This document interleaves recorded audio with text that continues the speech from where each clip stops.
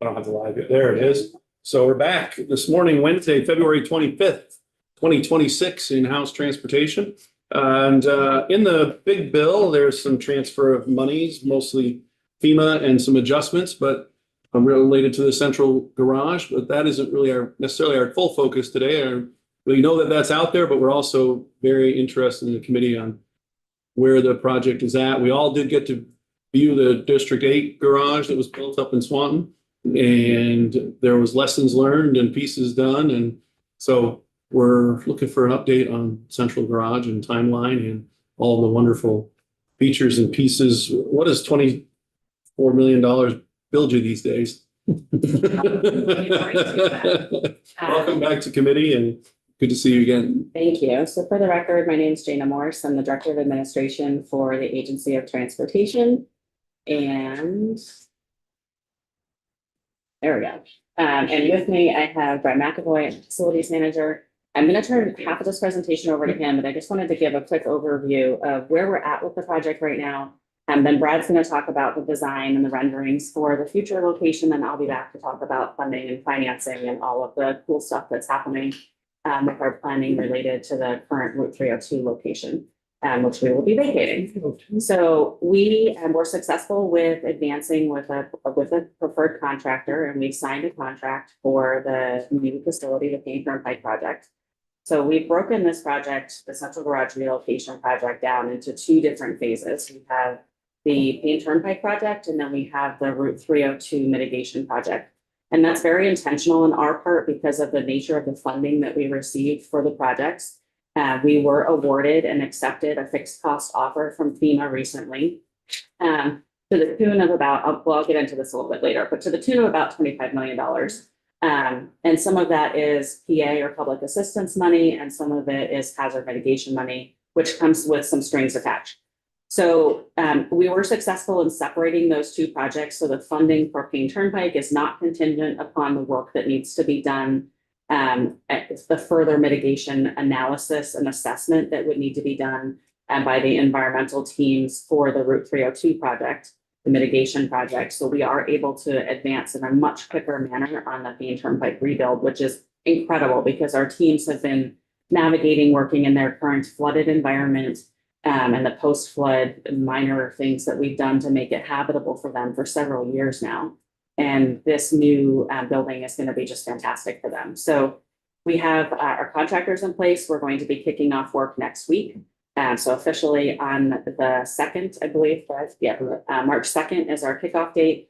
And we have a timeline of approximately 11 and a half months for a build. So anything that we do on the Route 302 mitigation side, which we'll talk about after Brad goes through the Payne Turnpike, will be contingent upon that timeline to kind of set the stage for what you're about to see. So with that, I'll turn it over to Brad, and then I'll be back momentarily. So my understanding, you're hosting a legislative reception in March of next year? Yeah, we'd love to. We'd love to have you come. Always looking for food. I can't stay fat if I don't eat. Good morning. Thanks for having us in. Brad McAvoy, Facilities Manager for AOT. We'll go through some of the slides here for the new garage site on Payne Turnpike. Roughly 45,000 square foot lower level. There is a second floor over part of the space. As you can see from the renderings, there's technically 12 bays on each side. They're all drive-through bays, so 24 bays total. Some of them are specialty bays, which I'll show you here in a minute.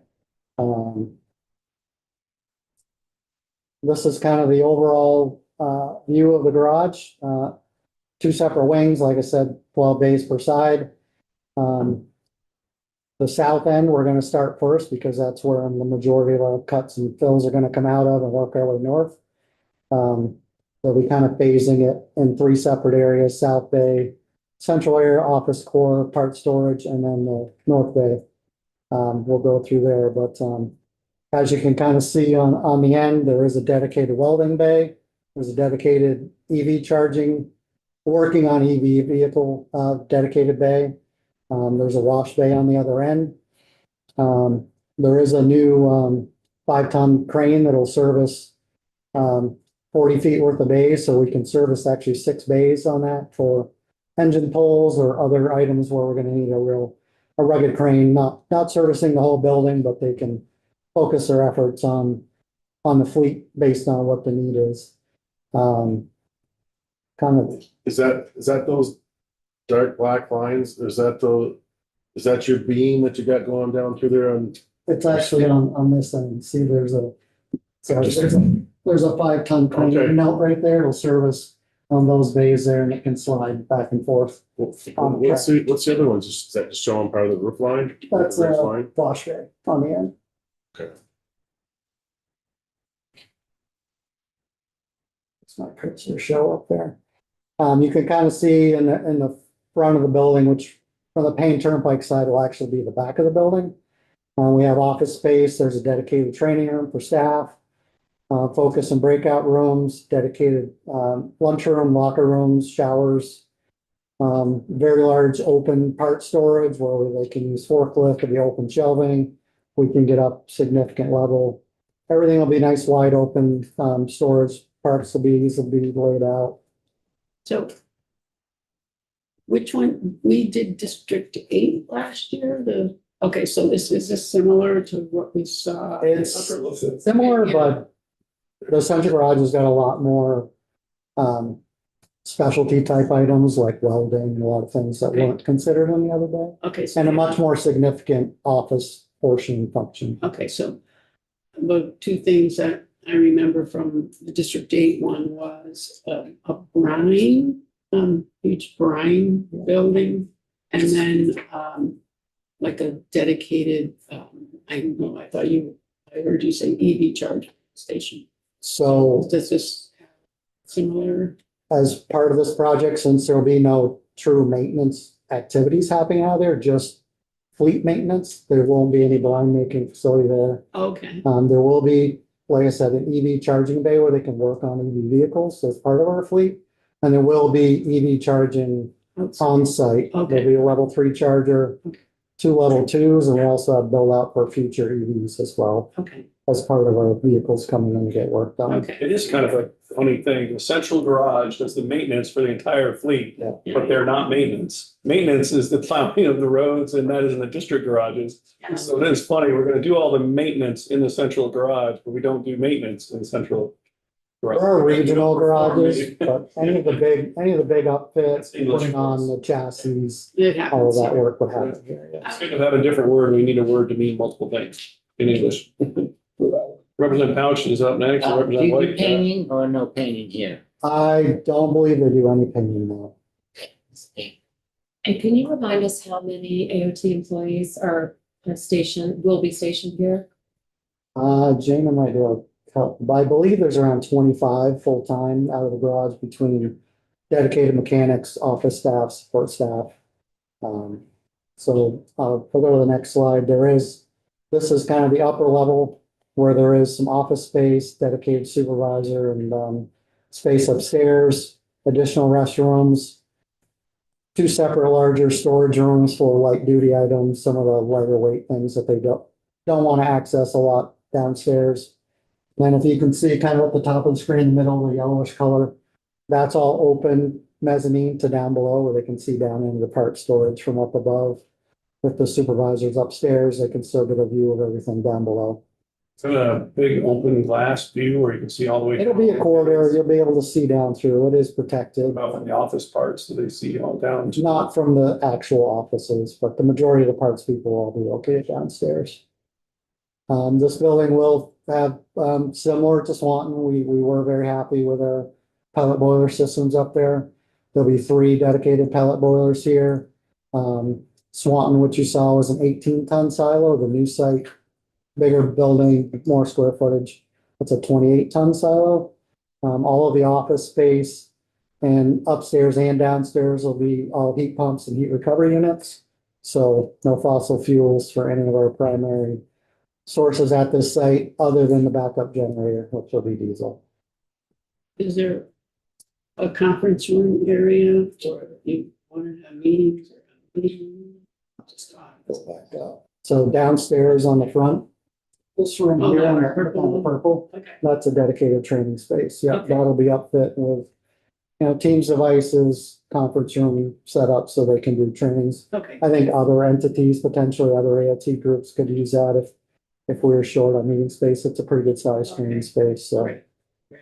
They'll be able to do all of those trainings on site, safety trainings, any new CDL trainings potentially, they'll have classroom space available. Great. Thanks. How does that compare to the old, the current place that we have now as far as the setup and the layout? This is built way more for efficiency. Right now, the parts room was tucked away in the back. They had some stuff stored on the second floor. It was very disjointed and it was added on to over the years, so this is gonna be a much more efficient flow Yeah. overall. Everything will kind of be located in the center. Each wing can come into the middle. Definitely a lot more efficiencies built into this design. For some reason, I saw there was more classroom space in the current setup. And it looks like it's just one, am I mistaken? No, there's really not much of any Oh, there isn't, okay. dedicated classroom. They're using some spaces that were dedicated for other purposes for some training space, conference space, but just the one dedicated classroom is about 3 times the size of what they have currently. Oh, So not to mention breakout rooms and other rooms that they can work from. So this is kind of an elevation view. The top one, you can see the location of the pallet silo. They'll be able to drive up close to that for deliveries. Overhead doors, plenty of clearance on all of those. The center door in the back, they'll be able to accept all of their parts deliveries. Plenty of room for forklifts to move around, delivery vehicles, things of that nature. What other highlights do I have for, things like you mentioned EV, we'll have EV charging there. So any new vehicles that we purchase start here and you upfit them here, Correct. get the parts Yeah. delivered here, and do all of Yeah, that. this will be the primary spot for any new outfit. They also support DMV enforcement and state police to some capacity. So everything will be handled here. And then when Representative Pelch was asking about painting, when you name these new trucks, how does he do that? I think that's typically done at the district operations level. Each It's important. district. Yeah. Okay. I'm sure Ernie will be happy to speak on how that occurs, but, yeah, as Jana stated, the contractor's on site, they're ready to go, equipment's there. We have all of our permits in place, the Army Corps permit, town permit, all of our wetland permits, everything is in place. Start work notices have been in place, so I would imagine in a couple months, we'll be getting ready for concrete. Yeah, it's sort of not, just sort of talking about the process of the central garage. So when you get new truck deliveries, you bring them here, you outfit them, get them all ready, deliver them. And they do most of the maintenance themselves, Some of the smaller maintenance, Yeah. oil changes, greasing, things like that would happen at the district And- garages. But then if they need something else, or there may be standard things that have to happen, they get brought here, they do the maintenance. And they're charged X amount for the vehicle. Do they get charged more if it requires more maintenance, or it's like, no, we guarantee you a vehicle and I would have to defer to our fleet director on that one to maybe elaborate on that, but I do know that there are back charges back out to the districts for that work. okay. There are also the regional, central, like there's central garage as a structure, but then there's regional maintenance mechanic facilities around the state. So they may not bring the vehicle or the piece of equipment back to this particular structure. It may go like the St. Albans or Swanton, facility that we just built. There are bays there for the maintenance mechanics to work in. So they may, depending on what region it in, the piece of equipment may go to one of those facilities. So they're coming back here. The central garage mechanics won't just be here, they're sort of scattered around too. Lindenville has a garage, Rutland has a garage, there's 4 regional garages. This will be the one, any large, like a motor replacement or transmission work, changing out a dump body, any of the bigger work where they may need a crane or more specialty type equipment will all happen in this location.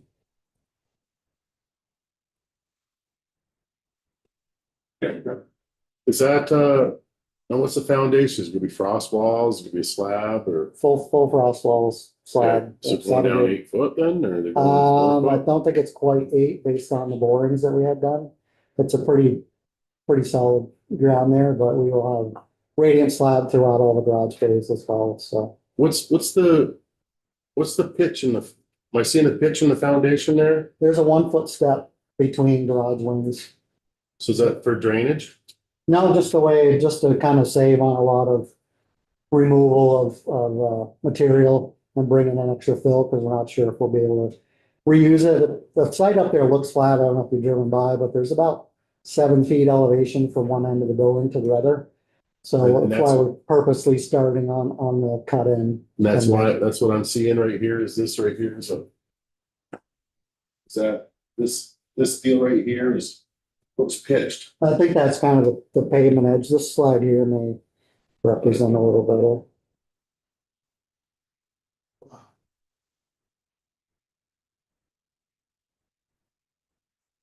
It's tough to see in detail, but from the upper wing, excuse me, this northern wing here, there's a 1 foot step Okay, between the other, Alright. the other wing. A lot of that was just to save on a lot of site work and excavation and having to bring in fill. yeah, We actually shifted it up to that farther end just to reduce that impact. Maybe that's not the right time or not, but Brad, yeah. So we're in almost March, you're talking 12 months basically to build it. Then how long to pull everything out of, or finish transferring and whatnot, and then mitigation on the other site, we're talking. That starts after the 12 months, or is that? So we're hoping to have the new garage fully upfit, furniture, everything ready to move in as we're wrapping up punch list. Things will be going in. There's only a few items from the current site we're gonna repurpose, some compressors, some of their vehicle lifts and a few things, but the plan is to get that up almost as soon as the building is ready to turn over, and then we'll start transitioning back to the site. When the other site's gonna involve the building and tear down and all of that piece or not, or is that coming? Good timing. I will pitch it back to Gina to talk about the 302 mitigation and what that funding looks like. Unless there's any other questions from me. We build a lot of buildings, I think we're getting better at it. I think so. This will, With all of the tough morale issues out there, this one that's. the Central the other Garage direction. staff has put up with a lot since all the flooding, with helping themselves to facilitate the mucking out of all the complex down there to the conditions they're working in that are far less than ideal and cramped, tight spaces. This, for my discussions with them and discussions with fleet leadership, they're super excited to get on board with us. They've been involved through a lot of the discussion, and we're picking out finishes and materials, and they've had a kind of a hands-on approach with looking at progress plans as we've been going through. So it's should be a really good project by the time we get done.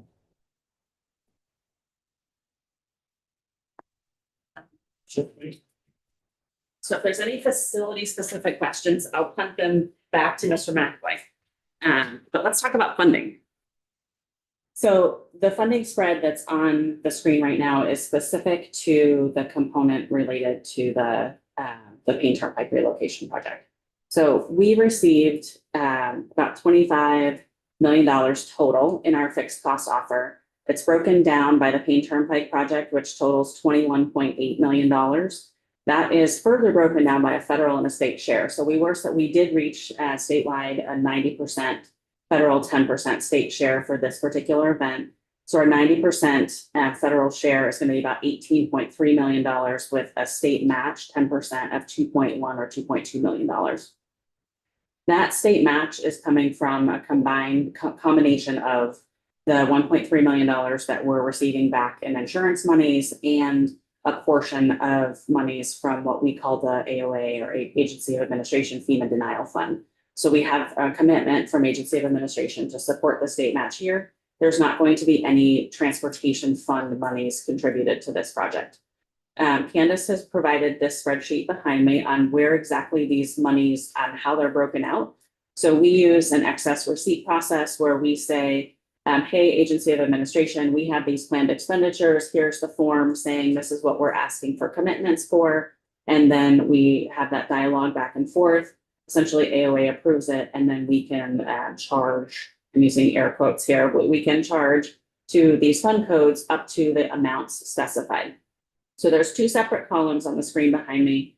There's an amount and there's an, I'm in right in front of it, expected. Spending. Thank you. as of February. So the amount that we requested was requested last year. And the expected amount is what our kind of trued up numbers are now that we have our fixed cost offer and we know how the funding is going to be broken out. So I believe the only number that has changed between the two is that top line of we had requested $8 million and we're looking at $5.8 million instead. So this is the PA or public assistance portion of the award. The hazard mitigation portion of the award, which we intend to use, if we can, we would use that solely on the Route 302 mitigation project.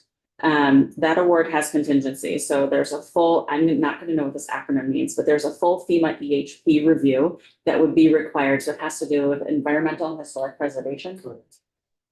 Got right.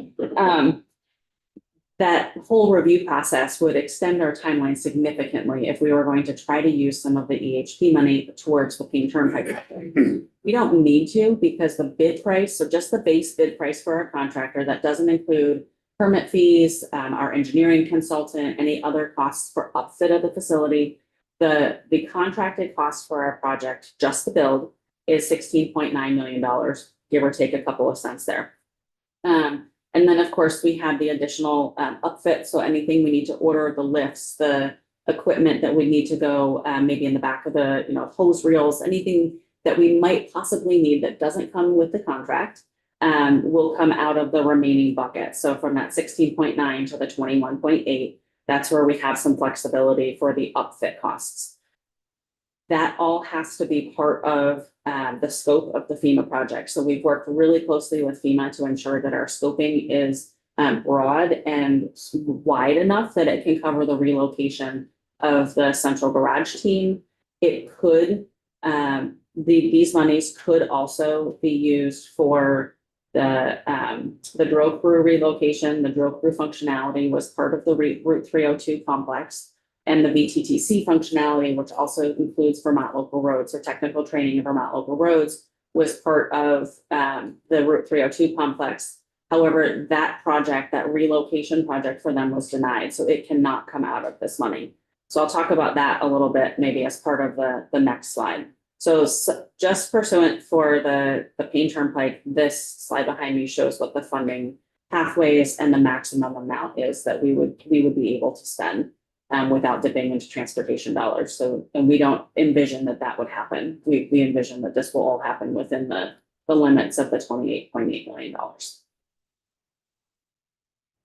So if there's questions about funding, I'll take those. Otherwise, I'll flip the slide to our Route 302 mitigation and talk a little bit about what our unknowns are on that.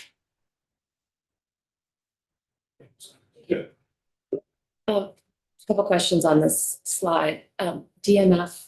District maintenance and fleet. Okay, and then the heading for that column, department, is that department ID? Department ID. Yes. Okay, and you mentioned that $2 million was coming from the Agency of Administration FEMA denial fund. Yes.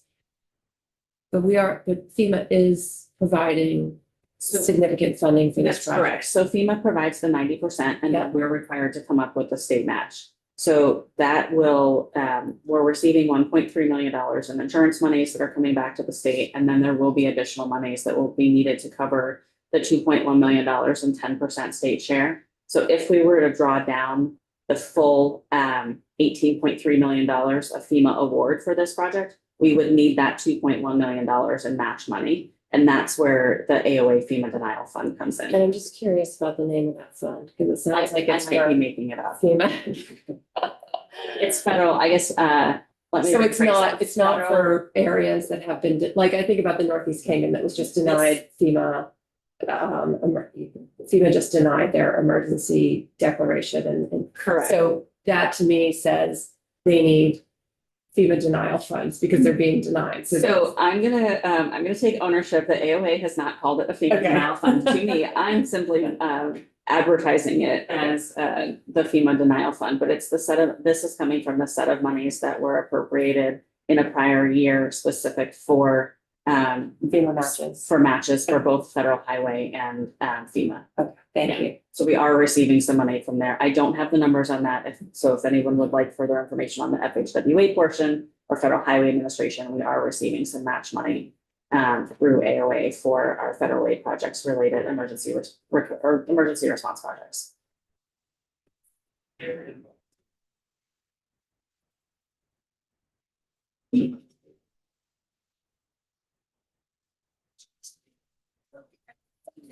we go. So Route 302 mitigation. This, for those that may not be familiar, is what the current facility looks like. It has, on the upper top of the screen, there's a kind of a bar that comes almost straight down of red. Those are what we call the red sheds. Just, I'm going to call north because it's on my screen in the north direction. There's an open area of at the end of the pavement, and there used to be a pole barn there. So that has already been torn down.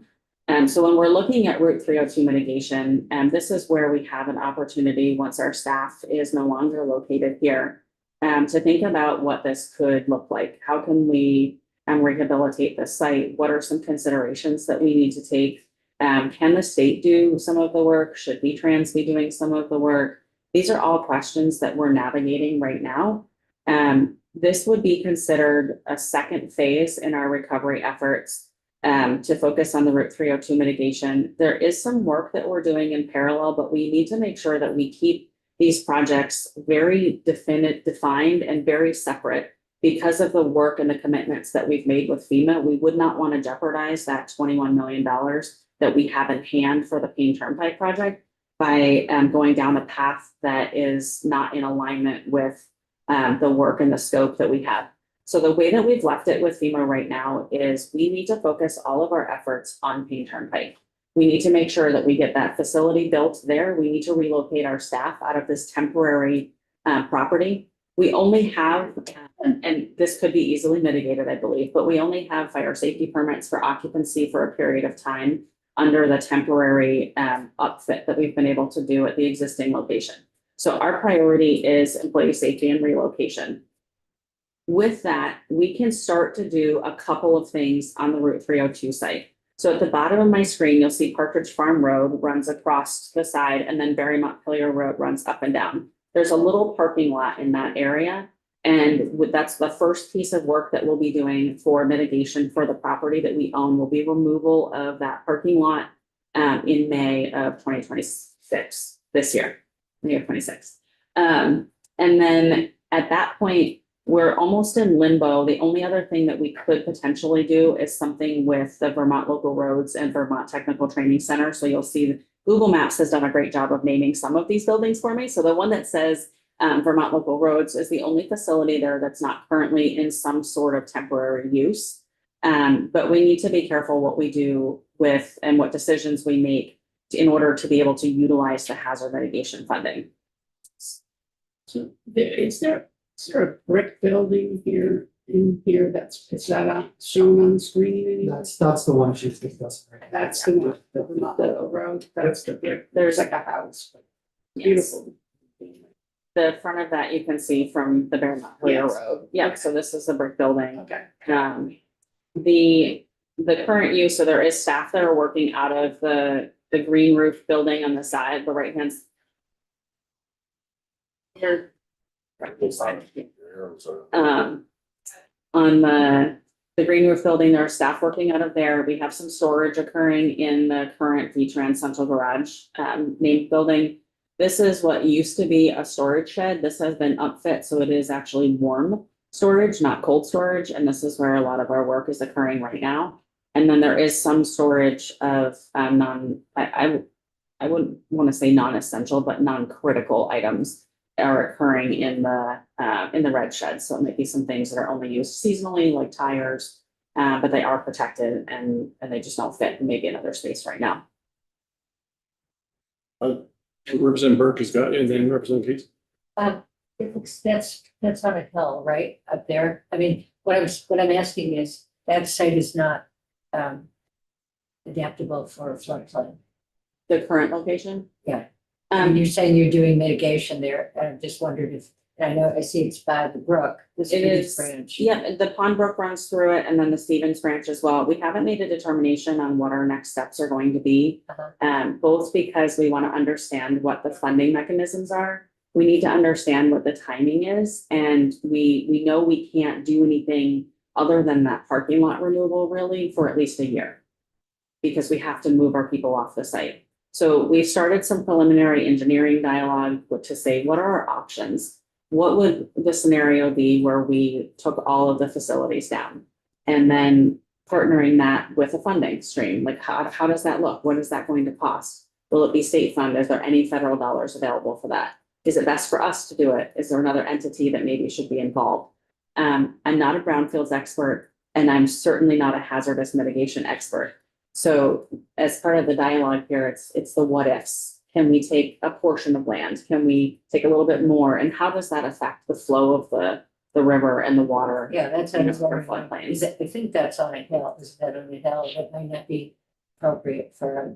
There is some elevation change, but I just know that we've had very success in Brattleboro. Yeah. With two floodplains, actually, on the Western Brook, and it's really, been a huge improvement, in providing safety for our town. we're still waiting for the final reports from our engineers, the engineering firm that we've hired, to provide us with some guidance on through the decision-making process. And I don't have information yet on whether what level of excavation, if any, or redirecting of water or removal of facilities would result in, tangible benefits for the downstream or the properties on the other side of Cedar Drive, that Cedar Drive Road is where the mobile home park is. So that's certainly part of the considerations, is that any effect of the work that we would do on the surrounding and businesses or residential areas. Thank you. You're welcome. I will just want to also mention the hazard mitigation program. So this is not the grant program. So when I say HMP, it's not HMGP. Hazard mitigation program through FEMA. The funding is not available for use if no damaged buildings remain that need protection.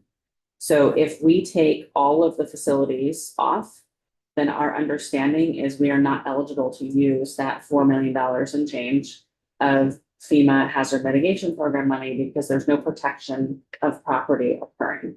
The other thing that, is kind of important to note is that the process may take a little while. So where we have options to have some dialogue, we really are not in a place to make decisions right now. And we need more time for that. So we're collecting information, we're seeing what we can do, and then we'll work with the Chief Recovery Office to determine what's in the best interest of the state to proceed forward here with this property. Okay. That's the end. That's it right now. So we'll be getting an update on that property next year for those of us Yes. who don't come back. Okay, And thank if you there's very any questions, please reach out to Brad. much. I appreciate you coming in today, Brad, and wish you luck with the construction and the effort over the next year. We'll look forward to our legislative reception there next year. And thank you, Gina. We're excited to get started. Contractors. So. We are making a slight adjustment on the agenda. We're good with, we are adjourned till 1:30. You have till 1:30.